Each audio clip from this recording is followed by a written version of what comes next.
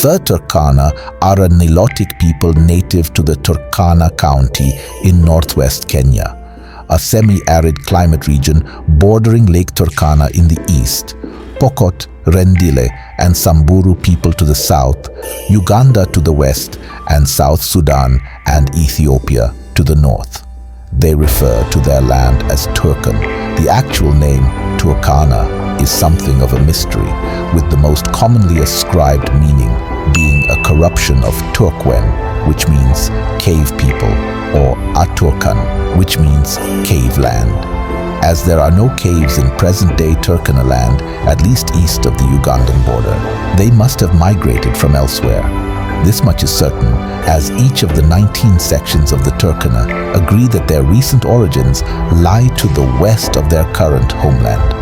The story, which has been carried down from mouth to mouth for many centuries, goes something like this. After a while, a group of young men from the G section of the Karamojong were sent eastwards into the Tarak Valley, west-northwest of Lodwar in Kenya, in search of a wayward ox whose tracks they were following.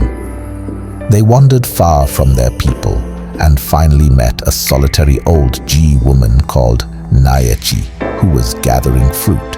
She led the young warriors into a lush and verdant valley, unoccupied by people, which was rich in the wild berries which still form an important part of the Turkana diet. Nyachi also gave the men fire and taught them how to cook.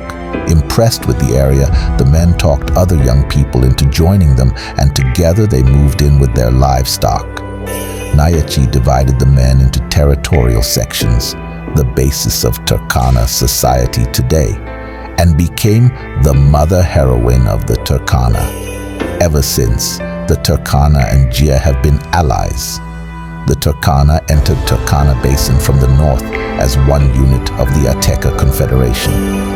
The Ateka cluster split as a result of internal differences, leading to emergence of distinct independent groups. Turkana people emerged as a victorious group. The victory of the Turkana people in the initial Ateka conflict led to enmity between Turkana people and other Ateka cluster groups. Ateka cluster groups formed military alliances against the Turkana. The Turkana emerged victorious again by co-opting young people from conquered groups. The military power and wealth of the Turkana increased in what is now the northern plains of Turkana. The establishment of the Turkana people developed as a distinct group, which expanded southwards, conquering ethnic nations south of its borders. The Turkana people easily conquered groups it came in contact with by employing superior tactics of war, better weapons, and military organization. By 1600s, the Turkana Basin had been fully occupied by Turkana people and allied friendly groups. There was a relative long period of peace among indigenous ethnic communities around Turkana until the onset of European colonization of Africa. Sporadic conflicts involved Turkana fights against Arab, Swahili, and Abyssinian, slave raiders, and ivory traders.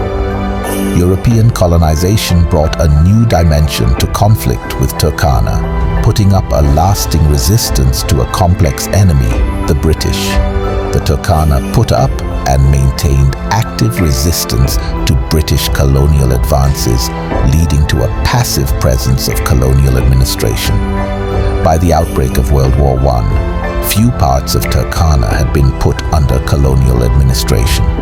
From World War I through to end of World War II, Turkana actively participated in the wars as allies of Britain against invading Italy. Turkana was used as the launching pad for the war against invading Italian forces, leading to the liberation of Abyssinia. After World War II, the British led disarmament and pacification campaigns in Turkana, leading to massive disruptions and dispossession of Turkana pastoralists. The colonial administration practiced a policy of deliberate segregation of Turkana people by categorizing Turkana province as a closed district. This led to marginalization and underdevelopment in the lead up to Kenya's independence.